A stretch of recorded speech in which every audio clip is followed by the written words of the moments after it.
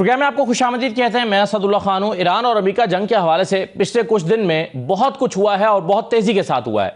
अभी चंद ही दिन पहले की बात है कि डोनाल्ड ट्रंप ने ईरान की पूरी तहजीब को ख़त्म करने के लिए कह दिया और कहा कि आज रात को हम हमला करेंगे और ईरान की पूरी तहजीब ख़त्म कर दी जाएगी, पूरा इंफ्रास्ट्रक्चर तबाह कर दिया जाएगा।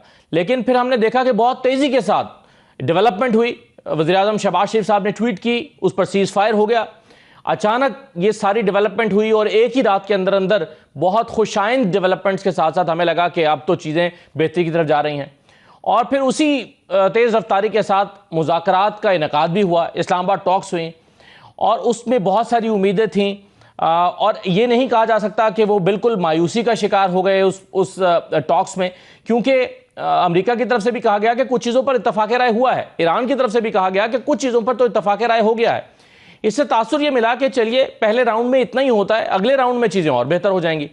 लेकिन फिर हैरानकुन तौर पर अमेरिकी सदर डोनाल्ड ट्रंप ने ऐलान किया कि वो ईरानी बंदरगाहों की नाकाबंदी करेंगे।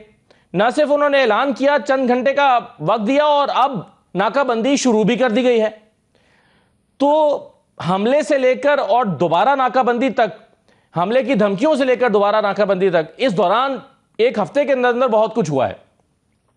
और अब इस वक्त सूरत हाल यह है कि अमेरिका ने ईरानी बंदरगाहों की नाकाबंदी कर रखी है और ईरान इसे एक्ट ऑफ वॉर तस्वुर कर रहा है और कह रहा है कि अगर आपने लड़ना है तो फिर हम लड़ेंगे। अब इसमें जो बाकी प्लेयर्स हैं वो भी मैदान में कूद पड़े हैं। इस पर जो चाइना है उसने कहा है कि हमारा ईरान के साथ मुआहिदा है, हमारे जहाज़ों को कैसे रोका जा सकता है, हमारा 13% जो तेल है वो वहाँ से आता है। फिर इसी तरह से बरतानिया के वज़ीर आज़म जो हैं और फ्रांस के जो सदर हैं उन्होंने भी एक समिट बुलाने का ऐलान कर दिया है। जबकि डोनाल्ड ट्रंप 2 दिन से ये कह रहे थे कि हम जो नाकाबंदी करेंगे उसमें नेटो के ममालिक भी शामिल होंगे, बरतानिया भी शामिल होगा। डोनाल्ड ट्रंप ने यह भी कहा कि हम माइन स्वीपिंग करेंगे और उस माइन स्वीपिंग के लिए भी बरतानिया हमारा साथ देगा। जबकि बरतानिया के वज़ीर आज़म ने वाज़े तौर पर कह दिया कि भाई ना, हम माइन स्वीपिंग के लिए अभी हमने कोई फैसला किया है और नाकाबंदी में तो बिल्कुल शामिल नहीं हो रहे। तो क्या हो रहा है इस वक्त इस खत्ते में और क्या होने जा रहा है अगले चंद दिन में, इसी पर हम बात करेंगे। प्रोग्राम में मेरे साथ नगमाना हाशमी साहिबा मौजूद हैं। आप पाकिस्तान की चीन, यूरोपीय यूनियन, बेल्जियम और आयरलैंड में सफ़ीर रही हैं, माहिर बैनुल अक़वामी उमूर है। बहुत शुक्रिया नगमाना साहब, आपको खुशामदीद कहते हैं। Major general retired Samresh Salik साहब हमारे साथ मौजूद हैं। आप साबिक डायरेक्टर जनरल हैं institute of strategic studies research and analysis के। बहुत शुक्रिया जनरल साहब, खुशामदीद। नगमाना साहिबा, ये जो नई डेवलपमेंट हुई है जिसमें बंदरगाहों की नाकाबंदी करना और अमेरिका की इत्तेहादी ममालिक की तरफ से या नेटो ममालिक की तरफ से इसको हिमायत भी हासिल नहीं हुई और ईरान का इस पर सख्त रद्दअमल भी आया है और इसको वो एक्ट ऑफ वॉर समझ रहे हैं, आपके ख्याल में क्या ये एक्ट ऑफ वॉर है? जी, डेफिनेटली एक्ट ऑफ वॉर तो है। लेकिन जहां तक ट्रंप साहब का ताल्लुक है तो देखें, तकरीबन हर कोई हम में से यही कह रहा था कि इसमें सबसे वॉलेटाइल फैक्टर जो है और अनसर्टेन फैक्टर जो है वो इस वक्त ट्रंप साहब ही हैं, क्योंकि वो एक ही सांस में कई चीजें कह देते हैं। अगर आप एक तरीके से देखें तो मज़ाक़-ए-खेज़ सी बात लगती है कि आबनाए हुर्मुज़ जो है वो खुला हुआ था, सब कुछ ठीक ठाक हो रहा था। पहले जंग की गई मुसल्लत और उसको बंद करा दिया गया, उसके बाद बंद कराने की कोशिश की गई जो फिर ईरान ने बंद किया। उसके बाद फिर उसको खुलवाने के लिए आपने कहा कि जी हम जंग करेंगे और ये खुलनी चाहिए। जब वो सीज फायर हुआ और खुल गई तो फिर उसको बंद कराने के लिए वो जो है वो जंग की तरफ जा रहे हैं। तो मुझे तो ये लॉजिक और ये थिंकिंग और ये स्ट्रैटेजी बिल्कुल ही समझ में नहीं आ रही। जहां तक जनरल बात का सवाल है तो देखिए, इस वक्त मेरे नाक़िस राय में तो अमेरिका बहुत बुरी तरह फंस गया है और उससे कोई रास्ता इस वक्त निकलने का नजर नहीं आ रहा। वो जो कोशिश कर रहे थे कितने दिनों से कि वो ये चूरन अपने लोगों को बेच दें कि जी हमने तो ईरान को बिल्कुल खत्म कर दिया है और वो हार गया है और हम ये जंग जीत चुके हैं। आपने देखा कि दुनिया में भी कोई उसे नहीं खरीदने को तैयार, और अमरीकी अवाम भी उस पे नहीं एतबार कर रहे हैं। आज तो बल्कि मैंने एक जगह पढ़ा था कि ट्रंप साहब ने अब सारा मलबा जो इस वॉर का था जो उन्होंने स्टार्ट की, वो शायद अपने सेक्रेटरी ऑफ डिफेंस के ऊपर या सेक्रेटरी ऑफ वॉर जो है उनके ऊपर डाल दी। उन्होंने ही कहा था कि ये जंग हम आसानी से जीत जाएंगे, तो वो हमें जंग में लेके गए थे।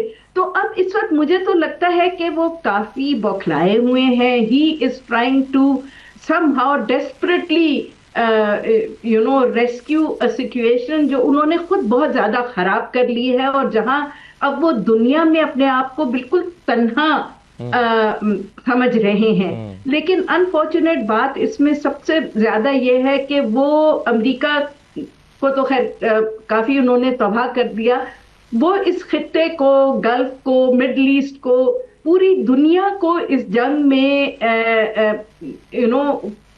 पूरी दुनिया के लिए खतरा बन के खड़े हुए हैं। और कोशिश तो यही होनी चाहिए कि बातचीत का सिलसिला दोबारा शुरू हो, और जैसे कि आज कहा भी है ईरानी वजीर खारजा ने कि हम इंचेस अवे थे एग्रीमेंट से, तो ये बातचीत से ही मसाइल हल होंगे। और उनको अब ये बात समझ आ जानी चाहिए कि उनका जो ब्रवाडो है, उनका जो बार बार यू टर्न्स है, वो are not taking anybody anywhere close to a victory और डिफीट और टुवर्ड्स पीस। और ये इनकी भी और सारी दुनिया की बेहतरी इसमें है कि सोब्राइटी जो है वो रिस्टोर हो और टॉक्स की तरफ दोबारा सब लोग आए। सही है, लेकिन अब इस वक्त जो एक्ट अमेरिका की तरफ से किया गया है उसमें अब सवाल ये पैदा होता है कि ईरान का मुमकिन रद्दअमल क्या हो सकता है। जनरल साहब, आपका ख्याल क्या है कि ईरान का मुमकिन रद्दअमल क्या होगा उसकी जो बंदरगाहें हैं उसकी नाकाबंदी के बाद? थैंक यू वेरी मच, आपने मुझे प्रोग्राम में लिया। सबसे पहले मैं कहना चाहूंगा कि मुझे थोड़ी सी हंसी आती है और तज्जुब है एक सुपर पावर के ऊपर वो कहां से कहां पहुंच गई है कि बहुत बड़े ऑब्जेक्टिव्स के साथ वो आए थे। नगमाना साहिबा के सामने यही सवाल रख देता हूं, ईरान का मुमकिन रद्दअमल क्या हो सकता है नगमाना साहिबा? देखिए, ईरान ने तो जो रद्दे अमल शो करना था वो ऑलरेडी उनके यहाँ से बड़ा ही सख्त बयान आया है, जो आपने भी अपने इंट्रो में कहा कि अगर आप जंग करना चाहते हैं जी, तो फिर हम जंग करने के लिए बिल्कुल तैयार हैं, और अगर आप लड़ना चाहते हैं तो हम में लड़ने की भी कैपेसिटी बहुत ज्यादा है। लेकिन इस वक्त आप देखें कि चीन का भी इस पे रिएक्शन आया है, और यूरोपियन यूनियन के ममालिक इंक्लूडिंग यूके, उनका भी बहुत स्ट्रॉन्ग रिएक्शन आया है। अगर इस पे कोई पेशरफ्त नहीं होगी और ये अमेरिका अपना बज़द होगा कि वो इनको बैरिकेड कर दे, तो ये आई थिंक बात चलने वाली है नहीं। ये फिर जंग ज्यादा बढ़ेगी और मजीद लोग भी फिर इसमें अच्छा है कि डायरेक्टली इन्वॉल्व हो जाए। तो एज आई सेड कि सेनेटी का तो यही तकाजा है कि जी आप टेबल पे बैठ के बात करें। ये इस तरह की धौंस धमकियां और जो डोमिनेंस का जमाना है, एरा है, वो खत्म हो गया है। और the sooner America realises this the better it is for everybody. कि वो जमाने नहीं है कि आप जब अब जिसको चाहे धौंस दे दें। There are other power centres जो अपने आप को अब असर्ट कर रहे हैं, और लोग इस वक्त बहुत, पूरी दुनिया इस वक्त तशवीश में है कि ये अमेरिका, डोनाल्ड ट्रंप साहब अमेरिका को और दुनिया को किस तरफ लेके जा रहे हैं। तो इस वक्त वो बहुत ज्यादा आई थिंक फ्रस्ट्रेटेड हैं, तन्हा खड़े हुए हैं। वो कोई डेस्परेटली ऐसी चीज करना चाहते हैं कि जी वो अमेरिका में जाके कह सके कि जी देखो जी मैं जीत गया हूँ, पूरा खतरा खत्म हो गया है, और and then he can go into the election. ऐसे दावे तो खैर वो बहुत दिन से कर रहे हैं, लेकिन अब सवाल इसमें ये पैदा, बहुत सख्त डरे हुए हैं, बहुत सख्त कंफ्यूज्ड हैं। And I think it's a big thing to say, but I think कि उनके सोचने समझने की इस वक्त जो कैपेसिटी है, वो उनकी जो डिसअपॉइंटमेंट है और वो जिस तरह आइसोलेट हुए हैं, I think it is hitting him now. Because वो जितने ब्रावाडो से गए थे, उन्हें बहुत सख्त रेजिस्टेंस दी है ईरान ने जी। और सारी दुनिया ने, मैं तो कहूंगी कि इसको रेजिस्ट किया। बिल्कुल सही है। और अभी भी हम देख रहे हैं कि नए ब्लॉग बनते हुए दिखाई दे रहे हैं, उस पर हम आगे जाके बात करते हैं। लेकिन इसमें जनरल साहब, चूंकि जो अमेरिका है वो उसने भी ये एतराफ़ किया और ईरान ने भी, दोनों तरफ से कहा गया कि जो मुज़ाकरात इस्लामाबाद में हुए हैं उसमें कुछ बातों पर इत्तेफाक हुआ। तो मुज़ाकरात का तो उसूल ये है कि अगर पहली निशस्त में कुछ बातों पर इत्तेफाक राय हो जाए तो फिर दूसरी निशस्त होनी चाहिए ताकि चीज़ें आगे की तरफ बढ़ें। और आमतौर पर इतनी बड़ी जंगों के फरीक जब मुज़ाकरात में बैठते हैं तो पहली ही निशस्त में सारी बातें तय नहीं पा जाती। तो डोनाल्ड ट्रंप ने दोबारा जंग का रास्ता इख्तियार कर लिया है या तकरीबन जंग का रास्ता इख्तियार कर लिया, क्यों आपके ख्याल में? देखिए, मैं ये असद कहना चाहूंगा कि ज्यादती तो अमेरिका ने की है। एक तरफ तो उन्होंने वाइस प्रेसिडेंट को भेजा जिसने एक इंडिकेशन दी कि अमेरिकन सीरियस हैं टॉक्स के लिए, लेकिन दूसरी तरफ उन्होंने अपनी कंडीशंस एग्जैक्टली वही रखी जो प्री वॉर थी। भाई, अगर आपने जंग कर लिया, आपने ईरान के इतने नुकसान कर दिए, तो कैसे मुमकिन है कि ईरान उन्हीं कंडीशन पे एग्री हो जाए जो प्री वॉर थी? अब उन कंडीशंस को लॉजिकली स्पीकिंग रिलैक्स होना चाहिए था। तो अब अमेरिका स्टबन था। अमेरिका का मेरे नजदीक जो कंडीशंस थी उसके बेस को देखते हुए कोई आपने डील करनी है, लेकिन जो कुछ भी एग्रीमेंट हो चुके थे, जैसे कहा जा रहा है कि वी वर इंचेस अवे, उसके ऊपर मैं समझता हूं कि उसे बिल्डअप करना चाहिए और आगे निकलना चाहिए। लेकिन जैसे मैम कह रही थी कि अमेरिका इतने बुरे तरीके से फंस चुका है, मैं पिछले जवाब में आपको बताने की कोशिश कर रहा था कि 1956 में एग्जैक्टली यही हुआ था जब सुएज कैनाल को इजिप्ट ने नेशनलाइज किया। तो UK was the super power और उस वक्त यूके ने इसी तरीके से इजिप्ट को थ्रेटन किया कि ये खोल दो वरना मैं तुम्हारा तहस से नहस कर दूंगा। इजिप्ट ने नहीं खोला और जो इत्तेहादी थे उन्होंने यूके को अकेला छोड़ दिया। पाउंड स्टर्लिंग गिरना शुरू हो गया और यूके की डाउनफॉल शुरू हो गई एज अ सुपर पावर। ये रे डैलियो का आर्टिकल आया हुआ है और उसमें अभी भी वही हो रहा है कि अमेरिका तनख्वाह कोई उसके साथ नहीं खड़ा और उसके लिए एक बहुत बड़ा प्रेस्टीज का इशू बना हुआ है कि वो स्टेट ऑफ हॉर्मुज़ को खुलवाए। असद भाई, यहाँ पे ये भी कहना चाहूंगा, इससे पहले भी ईरान ने हर डोमेन में दुनिया को और अमेरिका को सरप्राइज किया। ब्लॉकेड के डोमेन में भी आप देखेंगे कि ईरान इन्हें सरप्राइज करेगा। बिल्कुल सही है। बाकी मेहमानों से भी के सामने ही सवाल रखते हैं क्योंकि चाइना भी इस पर स्टेटमेंट जारी कर रहा है और चाइना कह रहा है कि भाई हमारा ईरान के साथ मुआहदा है, हमारे सफ़ीर आ जा रहे हैं और हमारे जहाज़ आ जा रहे हैं, तो ऐसे में हम जो है वहाँ पर यानी कैसे मुमकिन है कि अपने जहाज़ों को 13% वहाँ से तेल सप्लाई होता है चाइना को। तो इस पर भी ज़रा बात करते हैं, छोटे से ब्रेक के बाद वापस आते हैं।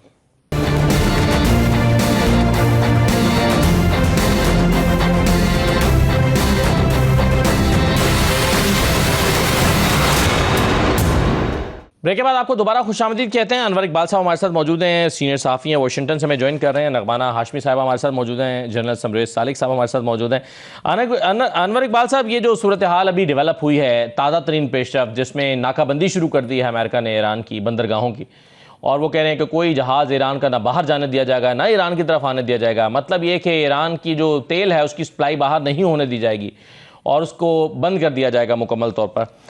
कैसे अमेरिका में डोनाल्ड ट्रंप की स्ट्रेटजी को देखा जा रहा है?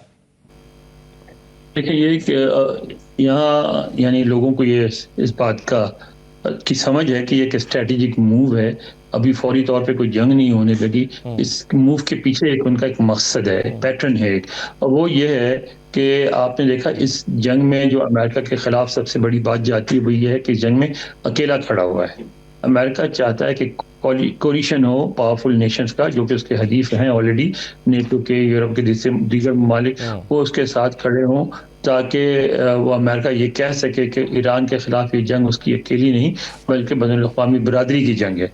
और इसमें इस मूव से क्या होगा, वो ममालिक जो तेल ले रहे हैं, जिन पर डिपेंड करते हैं इस रास्ते पे, वाटरवे पे, वो मजबूर हो जाएंगे क्योंकि उनके तेल की तरसील मुकम्मल तौर पर रुक जाएगी। उसके बाद अमेरिका ने पहले ही पोजीशन दे दी है कि अगर आपको तेल चाहिए तो खुद लें, हम आपकी सपोर्ट करेंगे। तो यानी ज़ाहिर है अमेरिका ये तवक्को नहीं करता कि कोई बड़ी तादाद में फौजी भेजेंगे, लेकिन अगर वो सिंबॉलिकली भी सपोर्ट कर दें, उनके 2-2, 4-4 एक-एक शिप्स आ जाएं, कुछ जहाज़ भी आ जाएं, तो अब ये इंटरनेशनल फोर्स बन जाती है। फिर उस जंग की नौबत बिल्कुल बदल जाएगी। तो इसलिए मैं समझता हूँ कि बहुत स्ट्रेटेजिक मूव है ये। तो आप कह रहे हैं कि ये जंग इससे यानी खदशा नहीं है फौरी तौर पर कि जंग शुरू हो, लेकिन ये भी तो नहीं हो सकता कि ईरान खामोश बैठे और अपनी और महसूर हो जाए और महसूर होकर बैठा रहे? ईरान ने तो, आपने फिर गौर नहीं किया खबर पे, ईरान ने ऑलरेडी काउंटर मेजर ले लिया। ईरान ने ये ऐलान कर दिया है कि फ्रांस और बरतानिया की शिप्स पे कोई पाबंदी नहीं है, वो गुजर सकते हैं। तो यानी उससे ज़ाहिर है फिर कोलिशन जो बनाने की कोशिश की जा रही है उसमें रखना पड़ेगा कि अगर बरतानिया और फ्रांस हट जाते हैं कोलिशन से तो कोलिशन बन ही नहीं सकेगी। अब ये देखना है कि कौन इसमें कामयाब होता है, ईरान कामयाब होता है या अमेरिका कामयाब होता है। अगर ईरान कामयाब होता है तो अमेरिका अलायंस नहीं बना सकेगा, फिर अमेरिकन इसी हालत में फिर वापस मुलाकात की तरफ वापस जाएंगे, और अगर वो कोलिशन बनाने में कामयाब हो जाते हैं तो उनका हाथ मजबूत होगा। एक पूरी गेम है स्ट्रेटेजिक। बिल्कुल सही है। आपने बरतानिया और फ्रांस का जिक्र किया। नगमाना साहिबा जो केयर स्टार्मर हैं, ब्रिटिश प्राइम मिनिस्टर हैं, उन्होंने भी ट्वीट की हुई है जिसमें उन्होंने कहा कि this week the UK and France will co host a summit to advance work on a coordinated independent multinational plan to safeguard international shipping when the conflict ends. और दूसरी तरफ जो मैक्रोन हैं, उन्होंने भी एक ट्वीट की है। वो ये कहते हैं कि as regards the strait of Hormuz in the coming days together with the United States will organise a conference with those countries prepare to contribute alongside us to peaceful multi. यानी वो कहने का मतलब उनका ये है कि एक समिट हो रहा है और उसमें वो स्ट्रेटजी बनाएंगे। तो आपके ख्याल में ये कोई अमेरिका के मुकाबले में नया ब्लॉक बन रहा है ताकि वो अपनी स्ट्रेटजी अनाउंस करें कि कैसे उन्होंने अपने शिप्स यहाँ से गुजारने हैं और इस इशू को कैसे डील करना है? देखिए, I don't want to contradict anybody here, लेकिन जहाँ तक मेरा ख्याल है ऑलरेडी जो बहुत अंडरस्ट्रेन था क्रॉस अटलांटिक रिलेशंस ईयू के या यूरोप के अमेरिका के साथ पिछले 15-20 साल से उसके आपको नज़र आ रहे थे। साइंस के ये रिलेशनशिप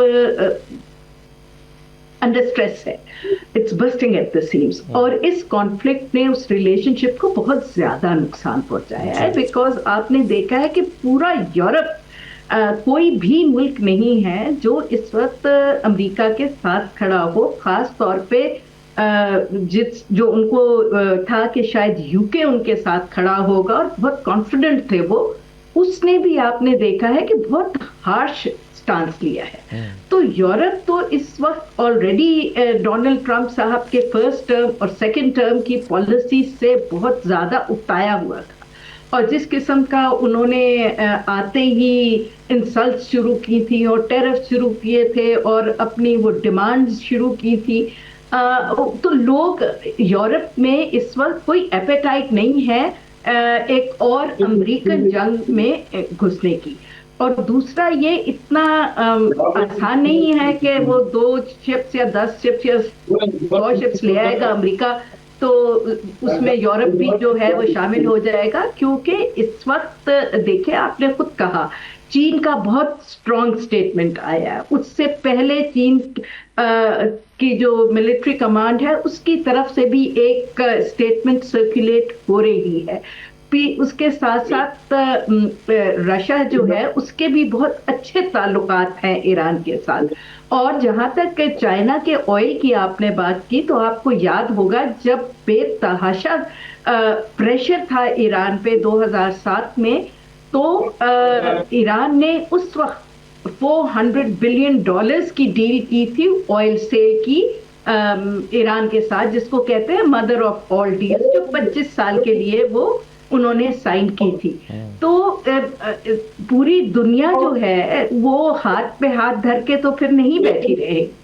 तो इसको आई थिंक डोनाल्ड ट्रंप साहब is as I said earlier playing with fire, और उन्हें बहुत सब्र और तहम्मुल से जो अमेरिका में सेन वॉइसेस हैं उनको सुनना चाहिए।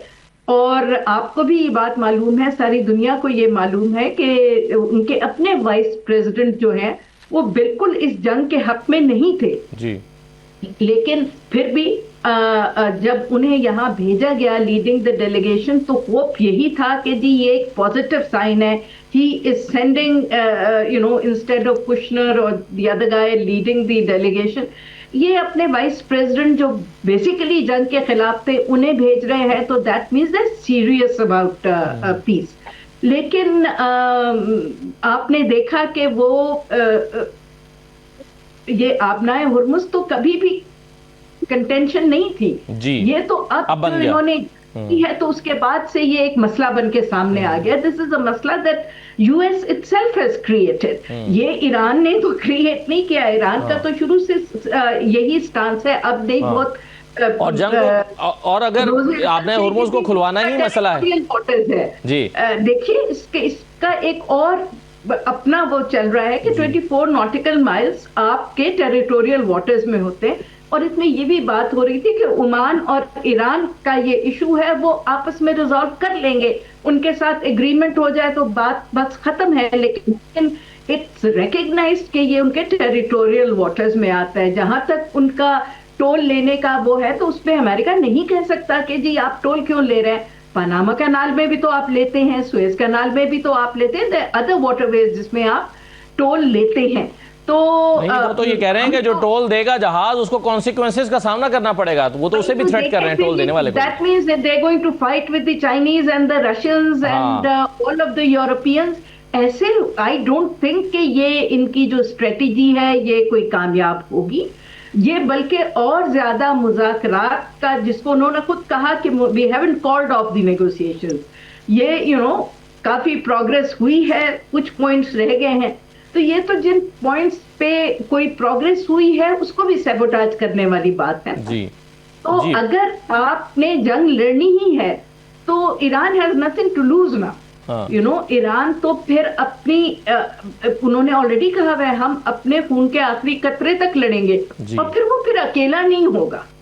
तो बहुत खदशा है कि बाकी ममालिक भी फिर शायद उसमें शामिल हो, और अगर फिर वो गल्फ के ममालिक आधे हो गए, आधे एक तरफ आधे एक तरफ, तो वो एक और अजाब है जो अमेरिका के लिए भी फिर अजाब है। बिल्कुल तो सही ये आई थिंक बड़े ठंडे दिल से ये बातें सोचने की है इस वक्त। एज आई सेड अर्लियर, वो इतने डेस्परेट हो चुके हैं ट्रम्प साहब, because nothing seems to be working for him. ना उनके टेररिस्ट ने काम किया, ना उनका ईरान ने काम किया।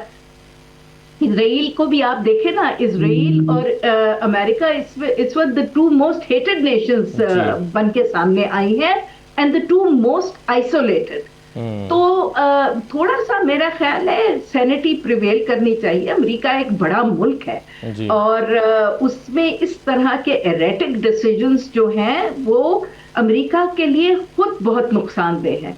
तो मेरे तो ख्याल से इस वक्त खुद डोनाल्ड ट्रंप साहब जो है वो अमेरिका के लिए भी खुद कुछ बम्बार बने हुए हैं कि उनके अपने लोगों के नहीं पता कि ये अमेरिका को किस तरफ लेके जाना है। सही है, बिल्कुल सही है। अब इसमें जो आपने एक अहम सवाल उठाया कि अमेरिका फिर क्या करेगा अगर बाकी शिप्स यहाँ पर आएंगे। जनरल साहब, जो चाइना के वज़ीर दिफा हैं एडमिरल डोंगचिन, उन्होंने कहा है कि चीन की बहरी जहाज़ आपने हुर्मुज़ के आर पार आ जा रहे हैं और ईरान के साथ हमारा तिजारती और तवानाई का मुआहिदा है, और कई मुआहिदे हैं तिजारती और तवानाई के, और उन मुआहिदों के तहत जाहिर है उन्होंने आना है। अब क्या होगा अगर चाइना का कोई शिप आ रहा है या बरतानिया का कोई शिप आ रहा है या किसी और मुल्क का कोई यूरोपियन शिप आ रहा है, तो क्या करेगा अमेरिका? उन पर अटैक करेगा, उन जहाज़ों पर? क्या नाकाबंदी, यानी अगर कोई जहाज़ आता है तो नाकाबंदी का क्या मतलब है? वो उसे रोकेंगे ज़बरदस्ती, वो उस पर अटैक करेंगे, क्या होगा? Asad, thank you for giving me opportunity. देखिए, मेरी जो पॉइंट ऑफ व्यू है उसमें मुमासलत है देन व्हाट अनवर साहब हैज सेड।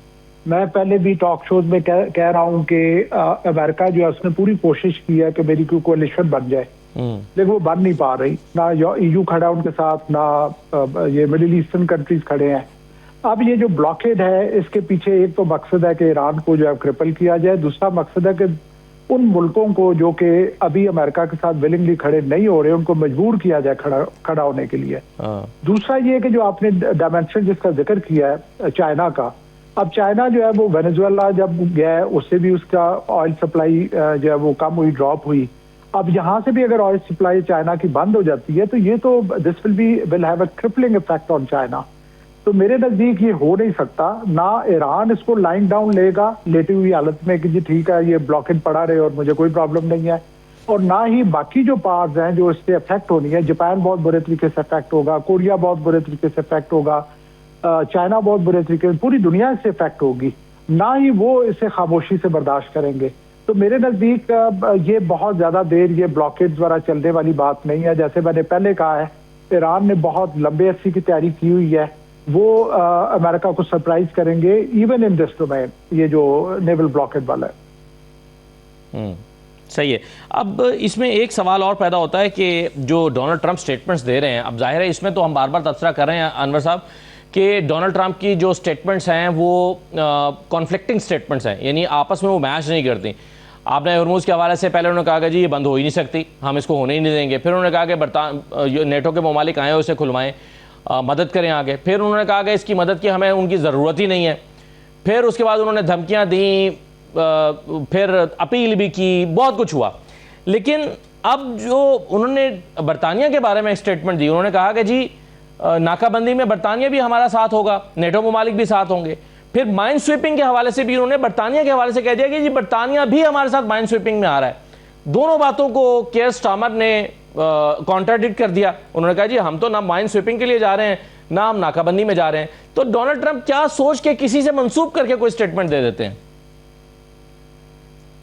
उनका ये तरीका है डोमेस्टिक, क्योंकि ये एक इंटरनेशनल इशू इस पे आपकी नज़र जा रही है, और डोमेस्टिक इमिग्रेशन जो यहाँ बहुत बड़ा मसला है, उससे भी इस तरह की पॉलिसी, इस तरह के बयान आते हैं। जो डेमोक्रेट्स के खिलाफ जो उनके बयान होते हैं वो सुबह कुछ होते हैं, शाम कुछ और होते हैं। उनके बारे में कहा यह जाता है कि अपनी जो पॉलिसी प्लानिंग और पॉलिसी इम्प्लीमेंटेशन दोनों के दोनों वो सोशल मीडिया के जरिए करते हैं। अक्सर उनके अपने हुक्काम को नहीं पता होता कि अगला ट्वीट क्या आने वाला है, तो वो इनका एक तरीका है, वो समझते हैं कि इस तरह वो फैसला साजी पे असरअंदाज हो सकते हैं, वो होते हैं। रही बात जो मैंने गुफ्तगू की थी, मैंने ये कहा था कि इनकी स्ट्रेटजी का हिस्सा है। मैंने ये नहीं कहा था कि अमेरिका कामयाब होगा या नाकाम होगा। जिस तरह प्रोफेसर साहबा ने उसकी वजाहत कर दी, उनके ख्याल में अमेरिका नाकाम हो जाएगा, बिल्कुल ठीक है, मगर ये स्ट्रेटजी अमेरिका की है कि किस प्रेशर बिल्डअप करके ऐसी सूरत हाल पैदा किया जिसमें वो ममालिक अमेरिका के साथ खड़े हों। किस हद तक कामयाब होगा अमेरिका, ये तो वक्त बताएगा। क्या अमेरिका इतना वीक हो चुका है कि अपनी पॉलिसीज को इम्प्लीमेंट नहीं करा सकता या अब भी करा सकता है, यह भी वक्त ही बताएगा। मेरा तो अपना जो तज्जिया है वो ये है कि इस वक्त वो फौरी तौर पर जंग शुरू करने का कोई इरादा नहीं रखते। वो जो भी सख्त बयान देते हैं, हर सख्त बयान के साथ वो ये भी कह देते हैं कि ईरान जो है नहीं, लेकिन ईरान से बातचीत भी हो रही है, ईरान ने फलां बात पॉजिटिव की और फलां बात पॉजिटिव की है। यानी वो इशारे भी करते रहते हैं कि मजाक दर पर्दा गुफ्तगू हो भी रही है और गुफ्तगू किसी नतीजे पे भी पहुंच सकती। तो ये उनका तरीका है बातचीत करने का, और वो इस पे इसी तरह चलते रहेंगे। सही है। आज एक अभी जो ताज़ा ट्वीट की है डोनाल्ड ट्रंप ने, नगमाना साहबा, उसमें उन्होंने ये कहा है कि ईरान के हमने 158 शिप्स जो हैं वो डबो दिए हैं, वो अब इस वक्त समंदर की तह में पड़े हैं और नेवी उनकी मुकम्मल पर तबाह हो गई है। और फिर उन्होंने कहा कि वो जो छोटी बोट्स हैं, जैसे वो फास्ट अटैक शिप्स कहते हैं, वो हमने नहीं तबाह की क्योंकि उसे तबाह करने की हमें कोई ज़रूरत नहीं थी, वो हमारे लिए कोई थ्रेट ही नहीं है। फिर सवाल ये पैदा होता है कि अगर ये सब नहीं है तो फिर डोनाल्ड ट्रंप या अमेरिका आबने हुर्मुज़ को क्यों नहीं खुलवा पाया? ईरान आबने हुर्मुज़ को कैसे डिफेंड कर रहा है अगर उनकी नेवी ही नहीं है? देखिए जी, पहले वो 158 शिप्स का जो मलबा है वो दिखा दें। वो तो समंदर के नीचे पड़ा समंदर के नीचे भेजे सबमरीन्स और टाइटैनिक की तरह उसे निकाल के दिखा दें तो फिर लोग, बिकॉज ईरान ने तो देखिए कॉन्स्टेंटली इसको कॉन्ट्रडिक्ट किया है। उनकी कुछ शिप्स नेचुरली हिट हुई हैं, लेकिन 158 का जो फिगर है वो आई थिंक बहुत बड़ा एक फिगर होता है। ये आई think it's just part of the optics, और जो जैसे उनका तरीका है, अभी हमारे कॉलीग अमेरिका से कह रहे थे कि वो हर चीज बहुत बढ़ा चढ़ा कर करते हैं।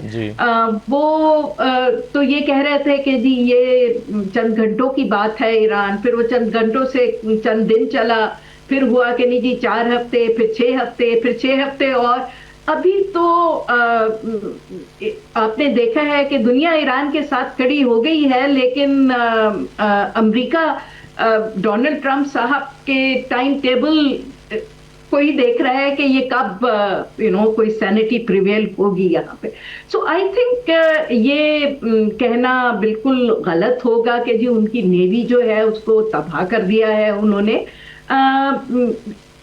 पिछले 40 इयर्स से वो सैंक्शंस के अंडर है, और पिछले 20-22 साल से तो बहुत उसको इस बात का अंदाजा था ईरान को कि जी सूनर और लेटर ये हमें अटैक करेंगे। तो इसीलिए देखें वो टोटली उन्होंने सेल्फ रिलायंस करके अपनी बड़ी इंडिजिनस इंडस्ट्री डेवलप कर ली है, और वो इस जंग का 20-25 साल से इंतजार कर रहे थे। तो अभी तो इन पहले ही देवर शेल शॉक्ड के ईरान ने इतना मजबूत किस तरह रिस्पॉन्स दिया है, और अभी भी सारा गेस्ट वर्क है। नोबडी नोज के ईरान के पास और क्या क्या कैपेबिलिटीज हैं और कितना कुछ अभी उन्होंने शो नहीं किया। तो अगर उनकी नेवी बिल्कुल तबाह हो चुकी होती तो फिर प्रॉब्लम क्या था? तो फिर जाए ना अपना हुर्मुज़ से गुजरे, फिर उसको ब्लॉकेट करने की क्या जरूरत है? आपने उसको खुलवाना है ना, तो खुलवाने के लिए ब्लॉकेट किस लिए कर रहे हैं? आप तो कह रहे हैं उनकी नेवी तबाह हो गई। तो आई think it is a lot of bravado, लेकिन इसमें कोई इतनी ज्यादा मुझे हकीकत नजर नहीं आती। सही, बिल्कुल ठीक है। एक और चीज़ जो हमने देखा कि जब इस्लामाबाद टॉक्स हो रही थी उसमें अनवर साहब, इस्लामाबाद टॉक्स के दरमियान हम ये देख रहे थे कि न्यूक्लियर डील की कोशिश की गई, या डोनाल्ड ट्रंप ने कहा कि हमारा इन टॉक्स में सबसे ज़्यादा जो हमारी इम्पॉर्टेंट हमारे लिए चीज़ है वो न्यूक्लियर इशू है। ऐसा लगता है कि डोनाल्ड ट्रंप ये चाहते हैं कि ईरान इस बात की यकीन दहानी कराए कि वो यूरेनियम को अफजूदा नहीं करेगा और एटमी हथियार नहीं बनाएगा। तो अगर यही यकीन दहानी चाहते हैं तो इस तरह का मुआहिदा तो बराक ओबामा ने किया था, जिसकी ईरान पासदारी भी कर रहा था, और उससे डोनाल्ड ट्रंप बाहर आ गए थे। तो फिर अगर डोनाल्ड ट्रंप खुद ही अपने पहले दौरे हुकूमत में बाहर आ गए थे और दोबारा वो उसी नौयत की कोई डील हासिल करने की कोशिश कर रहे हैं, तो एक्चुअली वो क्या गेन करेंगे फिर इससे? देखें, अगर आप जो मुज़ाकरात में हुआ उसको समझने की का एक तरीका ये भी हो सकता है कि आप ये समझें कि दोनों तरफ को वॉर ट्रॉफीज चाहिए, जाके अपने अवाम के सामने पेश कर सकें कि हम जीत गए हैं। डोनाल्ड ट्रंप भी वो स्पेस चाहते हैं, ईरान भी वो स्पेस चाहता है। तो उसमें अब बीच का कोई रास्ता निकल सकता है अगर बातचीत होती रहे कि जिसमें दोनों सेटिस्फाई हो सकें। यानी जो एक ईरान ने खबर भी दी थी कि अमेरिका ने एक नहीं 2 ऑपरेशंस की, एक जिसमें अपने वो पायलट्स को रिकवर करके ले गए और दूसरा इस्फहान के करीब किया था जहां उन्होंने कोशिश की थी यूरेनियम तक पहुंचने की।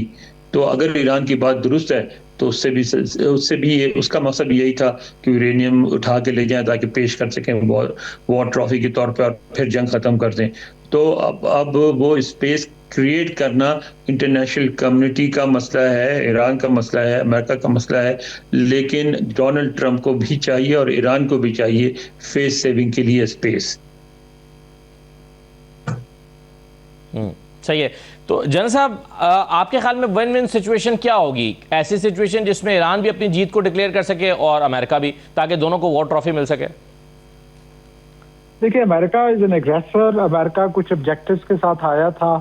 अमेरिका आजकल नैरेटिव्स का ज़माना है, वो छोटी सक्सेस को बड़ा सक्सेस पेश करके अपनी ट्रॉफी दिखा सकते हैं, लेकिन प्रैक्टिकली स्पीकिंग अमेरिका के लिए अभी सैल्वेज करना बहुत मुश्किल है।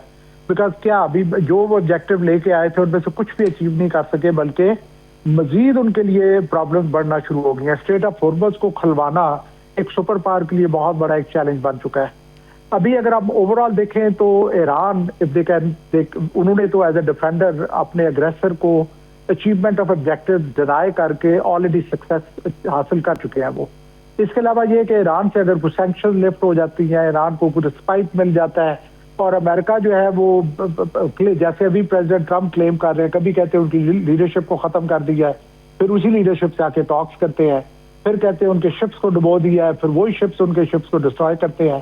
तो ये तो this game is on. So America के लिए इसमें अगर मेरा ख्याल है स्ट्रेट ऑफ हॉर्मुज़ का खुल जाना, और वो खुलेगा नेगोशिएशन से और कोई उसका हल नहीं है, तो मेरा ख्याल है कि वो एक लोगों को दिखाने वाली ट्रॉफी होगी। राइट सर, चलिए मैं एक छोटा सा ब्रेक लेता हूँ। ब्रेक के बाद वापस आके आप तीनों के सामने ये सवाल रख देता हूँ कि अब वे फॉरवर्ड क्या है। मुज़ाकरात का एक राउंड हुआ है, दूसरे राउंड के बारे में बहुत तवक्कुआत थी कि होगा, तो उसमें कुछ ना कुछ चीज़ें आगे बढ़ेंगी, और उसके दरमियान डोनाल्ड ट्रंप ने ये नाकाबंदी का ऐलान कर दिया और उस पर अमल दरामद शुरू कर दिया। तो अब आगे बढ़ने का रास्ता क्या है? जंग हमेशा तो नहीं चल सकती। अगले 2, 4, 6 दिन में, एक हफ्ते में, 10 दिन में मामला किधर को जाते हुए नजर आ रहे हैं। एक छोटे से ब्रेक के बाद इस पर बात करते हैं, हमारे साथ रहिए।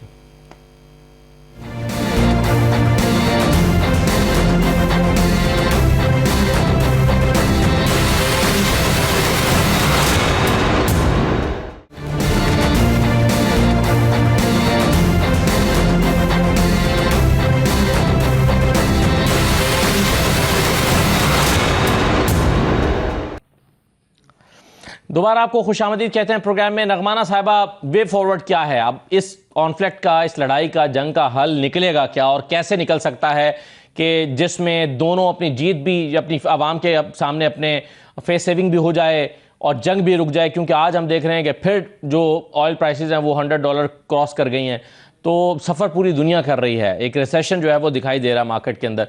क्या हल है?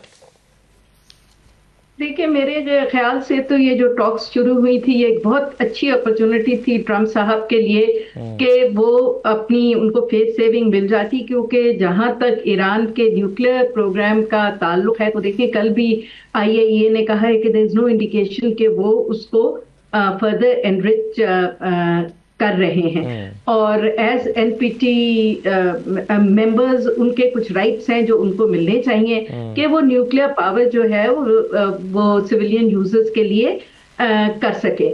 तो जैसे JCPOA हुआ था, इसी तरह ओमान की जब सालिसी चल रही थी तो वो JCPOA 2 के ऑलमोस्ट करीब बात थी।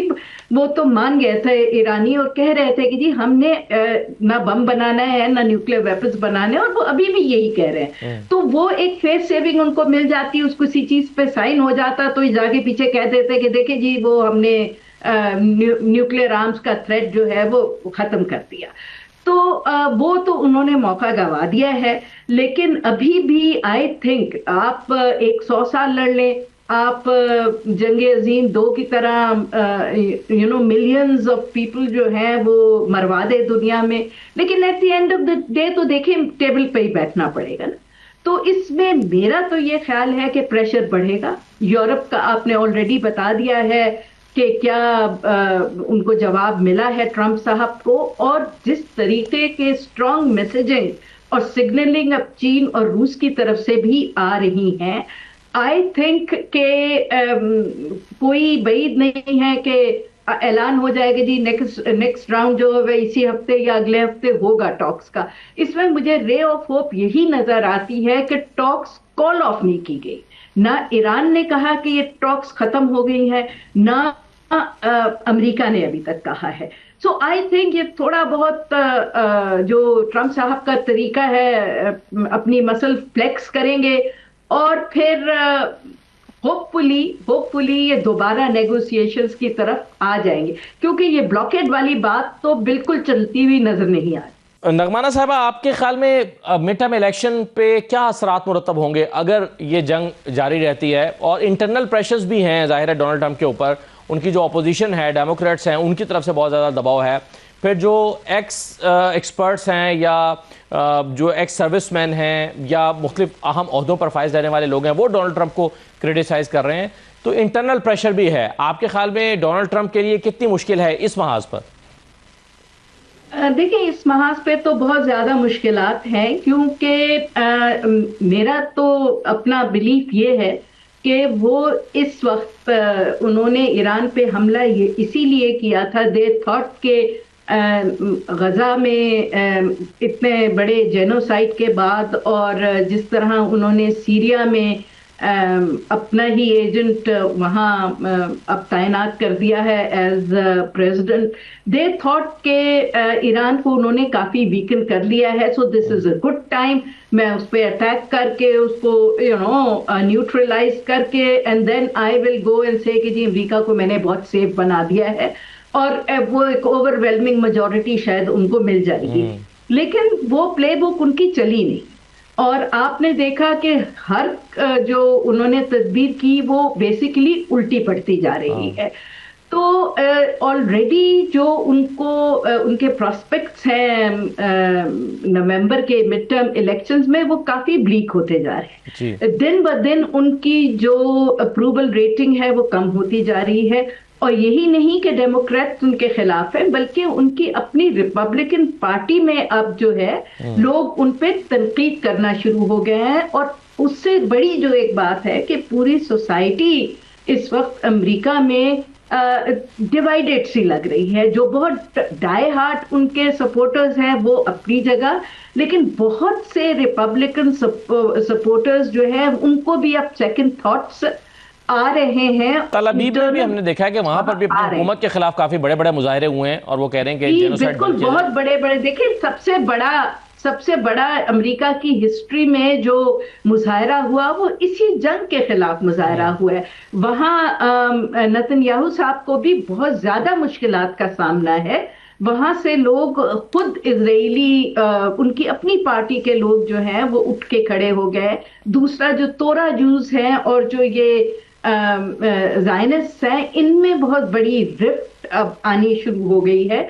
तो ये ऊपर से आप देखें कि जो मिडिल पावर्स हैं, जिसमें पाकिस्तान है, सऊदी अरेबिया है, टर्की है, इजिप्ट है और खुद ईरान है, तो उनकी वॉइसेस भी मिल रही हैं एक दूसरे के साथ। और अब तो टर्की ने भी, आपने देखा कल ही तो उनका बयान आया था कि अगर इजराइल ने हमले किए ईरान पे दोबारा तो तुर्की फिर चुप नहीं रहेगा। तो देखिए ये तो फिर बात बहुत, अगर इसको संभाला नहीं गया तो ये आग बहुत फैल जाएगी। बिल्कुल सही है। अमेरिका तो ऑलरेडी दलदल में फंसा हुआ है, ये पूरा खित्ता और पूरी दुनिया को इस दलदल में साथ खींच लेंगे। तो इस पे आई थिंक तहम्मुल की जरूरत है और बहुत ज्यादा। अब सवाल ये पैदा होता है ना कि क्या डोनाल्ड ट्रंप को रोकने वाला कोई है या नहीं है। तो अनवर साहब, आपके ख्याल में इंटरनल प्रेशर्स डोनाल्ड ट्रंप के ऊपर क्या हैं और उनकी मिड टर्म इलेक्शन में उन पर क्या फर्क पड़ सकता है? पार्टी पे पड़ सकता है, डोनाल्ड ट्रंप पे तो नहीं, क्योंकि उन्होंने तो री इलेक्शन नहीं वो ले सकते दोबारा। और अब यानी वो जीते या हारे सदर रहेंगे और एंड तक रहेंगे सदर वो, लेकिन उनकी पार्टी पे बिल्कुल असर पड़ेगा। अगर और खुद डोनाल्ड ट्रंप की अपनी एडमिनिस्ट्रेशन पे असर पड़ेगा। वो इस तरह कि यहाँ आपको पता है सारे मंसूबों पे के जो फाइनेंस होता है उसकी मंजूरी कांग्रेस देती है, बहुत सारी सीनियर डिपार्टमेंट्स हैं उनकी मंजूरी यूएस सेनेट देता है। अगर वो वहाँ अक्सरियत लूज कर देते हैं तो अपने फ्यूचर के जो उनके मंसूबे हैं जिसकी ज़्यादा अहमियत है अमेरिका में, मसलन इमिग्रेशन का मसला है, तो उन मसाइल पे वो कुछ भी नहीं कर सकेंगे।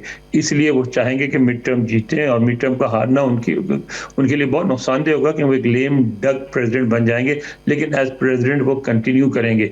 और ये इसमें भी कोई शुबा नहीं कि उनकी पॉपुलैरिटी में कमी आई है और जंग के खिलाफ मुजाहरे हुए। ये जंग शुरू से अमेरिका में अनपॉपुलर थी, कभी भी पॉपुलर नहीं थी, लेकिन अब भी जब तक वो सदर हैं आखिरी डिसीजन तो वही ले सकते हैं मामलात में, कोई और नहीं ले सकता। अगर वो चाहें तो जंग को मजीद बढ़ा सकते हैं, चाहे तो रोक सकते हैं।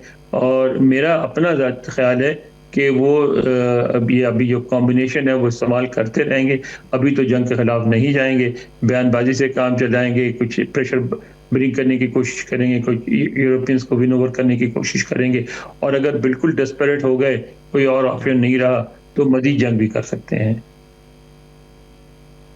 सही है। जनरल साहब, आपके ख्याल में यानी पाकिस्तान ने ज़ाहिर है पिछले दिनों में बहुत ही ज़बरदस्त रोल अदा किया, आम को एक बहुत ही आला मौका फराहम किया, उसमें कुछ ज़ाहिर है कोई डेवलपमेंट हुई भी, लेकिन कंक्लूजन नहीं हो सका। आपके ख्याल में पाकिस्तान की अब स्ट्रेटजी क्या होनी चाहिए, या पाकिस्तान के पास ऑप्शंस क्या हैं, वो अब अपना किरदार कैसे अदा कर सकता है, पाकिस्तान की फॉरेन पॉलिसी किस रास्ते पर गामजन रहेगी? देखिए, पाकिस्तान वाहिद मुल्क है जिसके इस वक्त कॉर्डियल रिलेशंस है अमेरिका के साथ, ईरान के साथ, रशिया के साथ, चाइना के साथ। ये वो ममालिक हैं जिन्होंने की रोल प्ले करना है इस सिचुएशन में। तो पाकिस्तान ने बहुत पॉजिटिव रोल प्ले किया है इन दोनों पार्टीज को टेबल पे बैठाने में। और मेरी इंफॉर्मेशन के मुताबिक पाकिस्तान की एफर्ट्स अभी भी जारी हैं और आई एम श्योर कि जारी रहेंगी। और विद इन्वॉल्वमेंट ऑफ रशिया ने भी अमेरिका को कहा है कि जी आप अल्टीमेटम से हटें और बातचीत के ऊपर आए।